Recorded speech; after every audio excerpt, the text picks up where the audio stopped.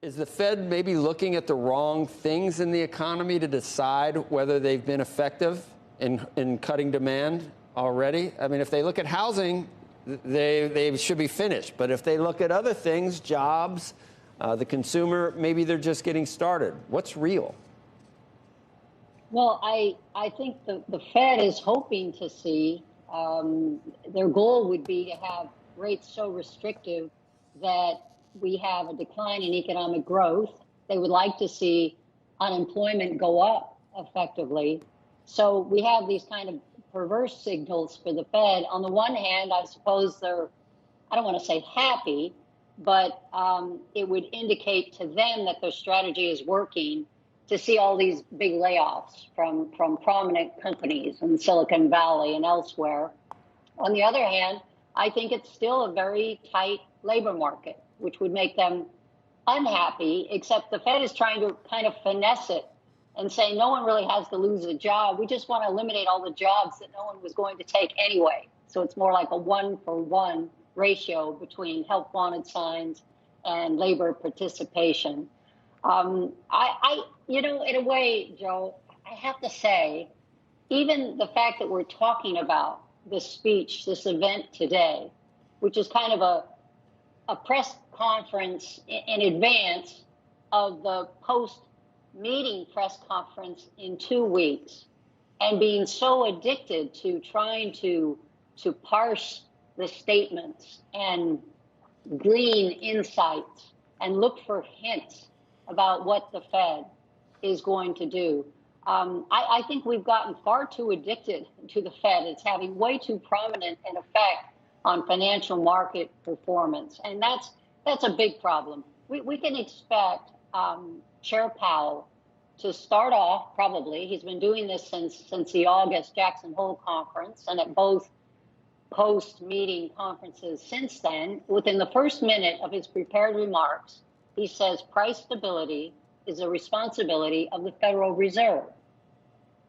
But in fact, I think the inflation, which is the focus of all the Fed's efforts these days, can be traced, according to a Fed study by 3 of their own economists that came out last month, to all of those fiscal transfer payments that raised what they call excess savings for households. What it means is it put $2.3 trillion in the accounts of people, and they started spending that money.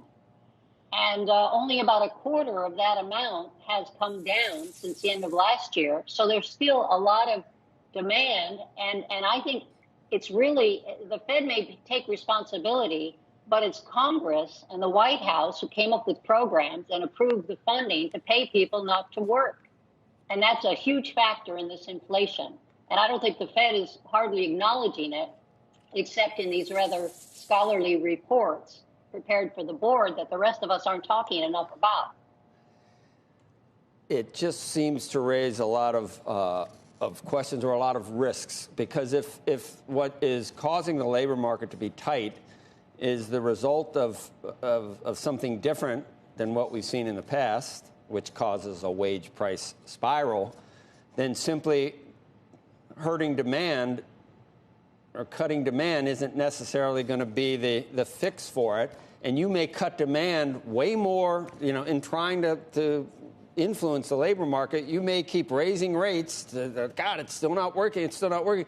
To where you just completely bury the housing market. You completely bury any new investment from small businesses because rates are too high. So you got your eye on this thing that you're not even addressing the reasons for the labor market being tight. When you raise interest rates, you're putting so much pressure on small business. I mean, their cost of